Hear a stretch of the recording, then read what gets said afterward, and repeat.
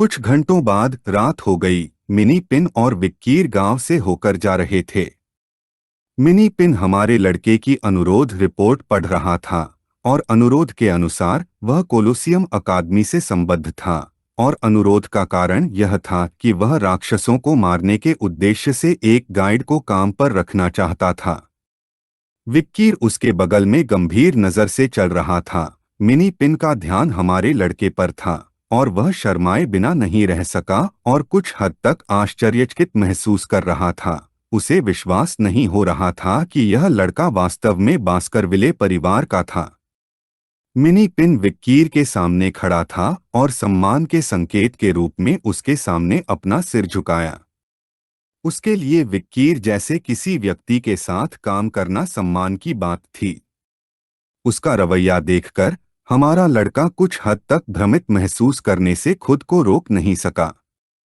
एक ईमानदार अभिव्यक्ति के साथ मिनी पिन ने स्वीकार किया कि वह वास्तव में चाहता था कि वह कम से कम एक बार बास्करविले परिवार के किसी सदस्य को देख सके। विक्कीर ने उसे देखना शुरू किया और गंभीर नजर से उसे इतना शोर न मचाने और थोड़ा शांत होने के लिए कहा। मिनी पिन ने माफी मांगी और बताया कि उसका सपना बास्करविले परिवार में शामिल होना था। यह सुनकर विक्कीर की आंखें आश्चर्य से चमकने लगीं, शांत भाव से सोचने लगा और यह देखकर कि इस समय से मिनी पिन बास्करविले का सेवक बनना चाहता था।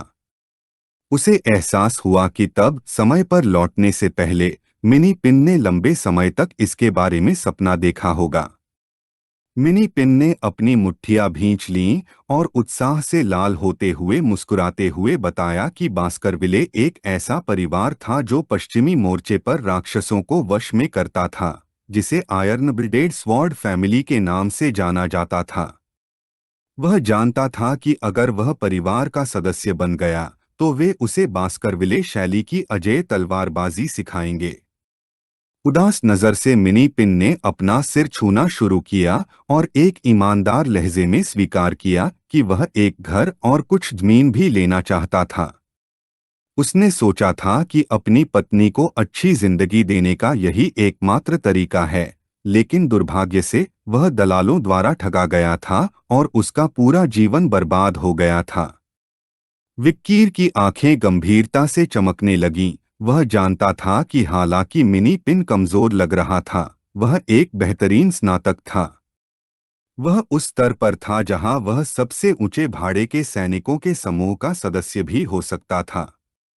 विक्कीर ने जमीन की ओर देखना शुरू किया और एक मुस्कान के साथ बताया कि वह उस सपने को सच कर सकता है, लेकिन यह इस बात पर निर्भर करेगा कि मिनी पिन क्या करता है।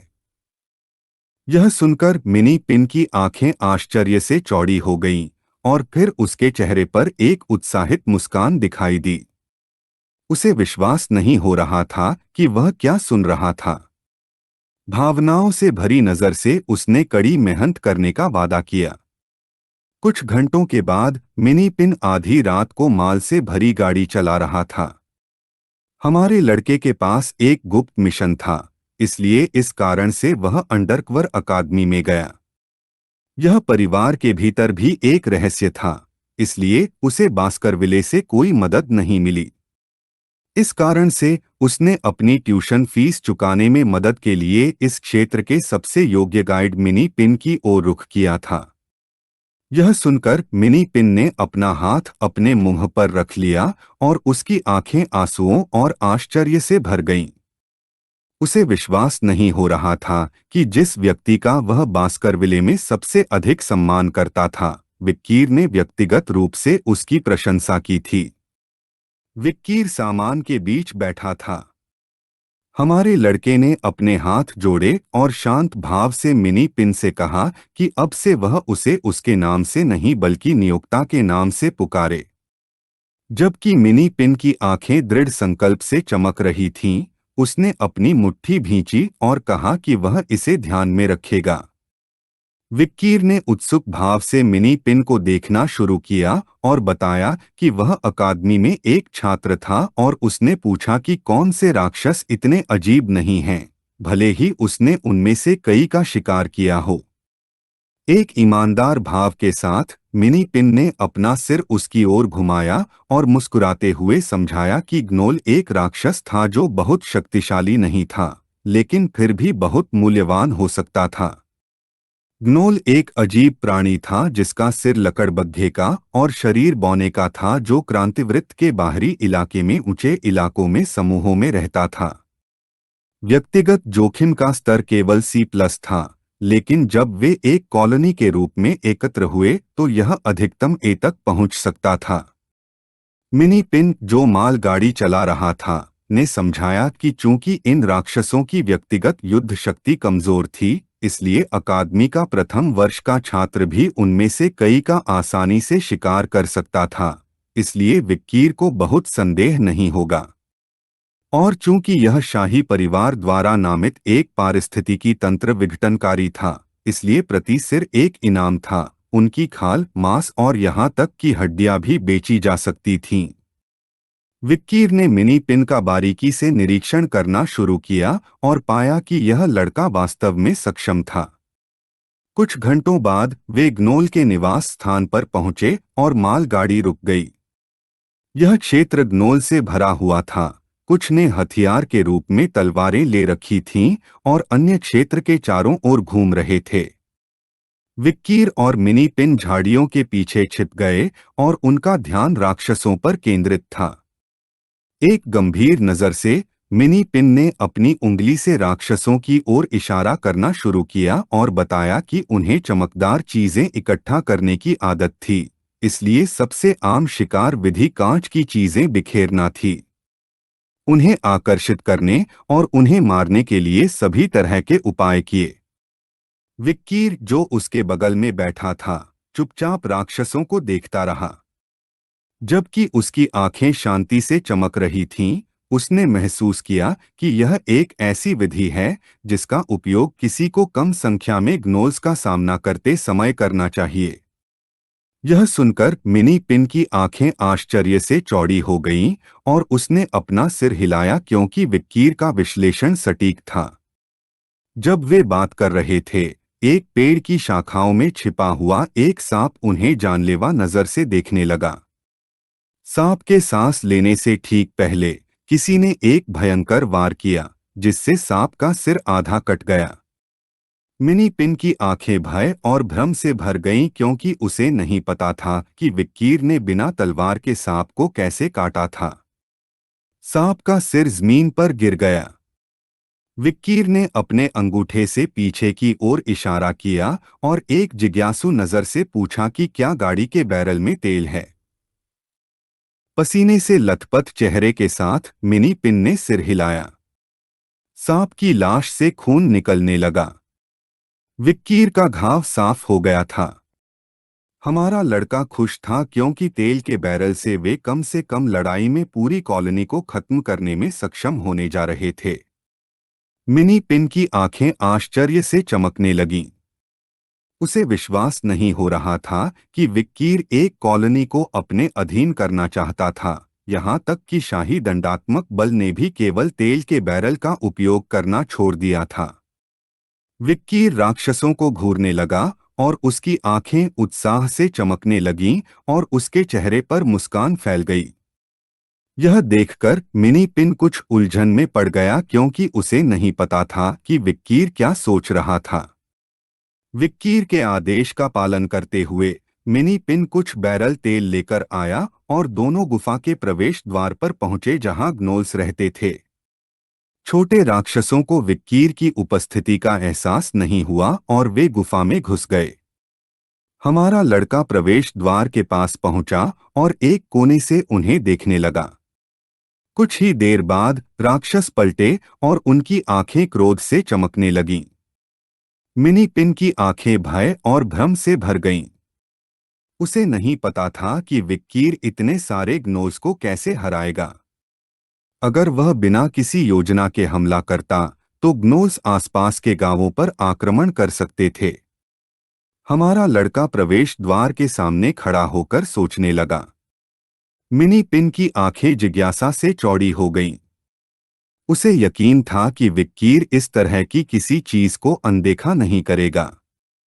विक्कीर चांदनी के नीचे गुफा की ओर चलने लगा। मिनी पिन जानना चाहता था कि हमारा लड़का कैसे मिनी पिन को वश में करने जा रहा है। उसने तेल के बैरल गुफा के प्रवेश द्वार के सामने रख दिए और दोनों चुप हो गए। जब उसकी आंखें क्रोध से चमक रही थीं, विक्कीर ने जमीन की ओर देखना शुरू किया और उसे याद आया कि इस पहाड़ में ग्नोस की खोह के 3 प्रवेश द्वार थे। यह निम्नस्तरीय ग्नोस की खोह का प्रवेश द्वार था। हमारे लड़के ने अपनी आंखें बंद की, नीचे झुका और जमीन को छुआ। उस पल उसके शरीर से मैना निकलने लगी और जमीन के माध्यम से यात्रा करने लगी। विक्कीर ने उड़ते हुए वाइन ग्लास की छवि पर और भी अधिक ध्यान केंद्रित किया और उसके दिमाग में एक भोज का विचार आया। स्वॉर्डमास्टर्स को एक कारण से सुपरह्यूमन के रूप में जाना जाता था। एक बनने के बाद वह आभा को बहुत स्पष्ट रूप से महसूस कर सकता था। विक्कीर का मन उसके हाथ से निकलकर जमीन के माध्यम से यात्रा करने लगा। पहले तो कुछ नहीं हुआ, लेकिन कई सेकंड बाद पहाड़ की चोटी पर छोटे विस्फोट हुए। जमीन हिलने लगी और मिनी पिन की आंखें भय और भ्रम से भर गईं। उसे नहीं पता था कि क्या हो रहा है। कुछ ही देर बाद क्रोध से चमकती आंखों वाले भयंकर ग्नोल्स गुफा से बाहर आए और उनकी ओर बढ़ने लगे। लेकिन तभी मिनी पिन ने बैरल फेंके। यह देखकर राक्षस के जबड़े सदमे से खुले रह गए। बैरल राक्षसों पर लगने लगे, जिससे तेल निकलने लगा। मिनी पिन ने राक्षसों पर अपनी पूरी ताकत से बैरल फेंकना शुरू कर दिया। मशाल थामे हुए विक्कीर मुस्कुराए बिना नहीं रह सके, क्योंकि किसी ने नहीं सोचा होगा कि वह जंगल में रहते हुए भी वही रणनीति अपनाएगा। उसकी आंखें उत्साह से चमकने लगीं और उसके चेहरे पर एक दुष्ट मुस्कान फैल गई। हालांकि उस समय उसकी योजना काम नहीं आई थी। इस बार यह काम करने वाला था, क्योंकि वह केवल ग्नोल्स का सामना कर रहा था, न कि मैनम का। तेल राक्षसों के शरीर को भिगोने लगा, जबकि वे हमारे लड़के की ओर बढ़ रहे थे। दुष्ट मुस्कान के साथ विक्कीर ने राक्षसों की ओर मशाल गिरा दी। आग के संपर्क में आने पर तेल प्रज्वलित हो गया। एक तीव्र ज्वाला राक्षसों को झुलसाने लगी, जिससे उन्हें भयानक दर्द हुआ। एक बंद जगह में आग खतरनाक थी, क्योंकि यह फैल सकती थी और इससे उत्पन्न धुआं जहरीला था। चूंकि उसने ऊपरी प्रवेश द्वारों को बंद कर दिया था, इसलिए धुएं के बाहर निकलने का कोई रास्ता नहीं था, जिसके कारण यह पूरे झुंड में फैल गया। गुफा के अंदर जलने लगा। विक्कीर और मिनी पिन, जो प्रवेश द्वार पर खड़े थे, चुपचाप आग को देखने लगे। मिनी पिन की आंखें आश्चर्य और भ्रम से भर गईं। भले ही वे राक्षस थे, विक्कीर ने इतने सारे लोगों की जान लेते समय पलक तक नहीं झपकाई थी। उसे एहसास हुआ कि वह जितना उसने सोचा था, उससे कहीं ज्यादा क्रूर और सावधान था। मिनी पिन की नजर को महसूस करते हुए विक्की ने अपना सिर घुमाया, और जबकि उसकी आंखें शांति से चमक रही थीं, वह चुप रहा। मिनी पिन की आंखें प्रशंसा से चमकने लगीं, क्योंकि उसके अनुसार विकी यह देखकर बहुत शांत था। भ्रमित नजर से हमारा लड़का उसके सिर को छूने लगा। कुछ घंटों के बाद पहाड़ से धुआं निकलने लगा और मशाल लेकर अंदर जाने पर उन्होंने देखा कि गुफा ग्नोल लाशों से भरी हुई थी। मिनी पिन ने लाशों की जांच शुरू की और एक गंभीर नजर से कहा कि यह अपेक्षित था। गुफा के अंदर मौजूद ग्नोल धुएं में सांस लेने से मर गए थे। वह लंबे समय से शिकार की दुनिया में था, और यह कुछ ऐसा था जो उसने विक्की से सीखा था। शांत भाव से विक्की गुफा से चलने लगा। मिनी पिन से तारीफों को भूल जाने के लिए कहा, क्योंकि कुछ ग्नोल बच सकते थे, इसलिए उन्हें अपनी सुरक्षा कम नहीं करनी चाहिए। मिनी पिन ने अपना हाथ अपनी छाती पर रखा और यह देखकर खुश हुआ कि विक्की उसके बारे में चिंतित था। विक्कीर की आंखें उलझन से भर गईं, क्योंकि मिनी पिन को देखकर उसे महासचिव चिहुआहुआ की याद आ गई। वे दोनों गुफा से होकर चलने लगे, जो अब राक्षसों की लाशों से भरी हुई थी। मिनी पिन का ध्यान एक चट्टान पर केंद्रित हो गया और उसकी आंखें आश्चर्य से चौड़ी हो गईं। एक सेकंड बर्बाद किए बिना उसने तलवार का उपयोग करके चट्टान पर प्रहार किया। यह देखकर विक्कीर ने मुड़कर एक जिज्ञासु भाव के साथ पूछा कि क्या कोई समस्या है। मिनी पिन ने तलवार से चट्टानों पर प्रहार करना शुरू कर दिया और पता चला कि वह मानव निर्मित निशान देख सकता है। मिनी पिन ने जोर से प्रहार किया, चट्टानों को तोड़ दिया और एक गुप्त प्रवेश द्वार प्रकट किया।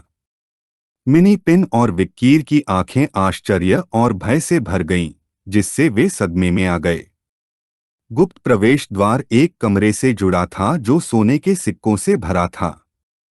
विक्कीर ने सिक्कों की जांच शुरू की और उसे यह समझने में देर नहीं लगी कि कोई इस कमरे का इस्तेमाल तिजोरी के रूप में कर रहा था। आश्चर्यचकित भाव के साथ मिनी पिन ने बताया कि विक्कीर जल्दबाजी में निष्कर्ष निकाल रहा था, क्योंकि ग्नोस चमकदार चीजें जमा करते थे, इसलिए हो सकता है कि उन्होंने यह जमा कर लिया हो। विक्कीर ने इसे देखते हुए एक सोने का सिक्का पकड़ा, दूसरा हवा में फेंका और मिनी पिन से देखने के लिए कहा। मिनी पिन ने सिक्का पकड़ा और कुछ उलझन में पड़ गई।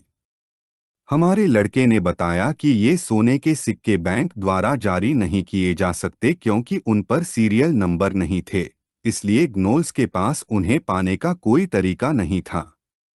मिनी पिन को नहीं पता था कि ग्नोल्स की मांद के अंदर अपना पैसा रखने की हिम्मत किसमें होगी। विक्कीर ने मशाल जमीन पर गिरा दी, खड़े हो गए और यह स्पष्ट कर दिया कि एक बात तो तय है, वह व्यक्ति इस जगह को खजाने के रूप में इस्तेमाल कर रहा था और इन सभी ग्नोल्स को मारने और उनसे सोना लेने के लिए काफी मजबूत था। उस समय ऊंची एड़ी के जूते पहने एक महिला गुफा के पास पहुंची और एक ग्नोस की लाश पर जोर से पैर रखा। वह अपना हाथ चाटने लगी और मुस्कुराते हुए उसे एहसास हुआ कि चूहे उसके सिक्कों के डिब्बे में घुस गए हैं। इस वीडियो का अंत है। अगर आप लोग अगला भाग देखना चाहते हैं तो हमारे चैनल को सब्सक्राइब करें, वीडियो को शेयर करें और लाइक करें।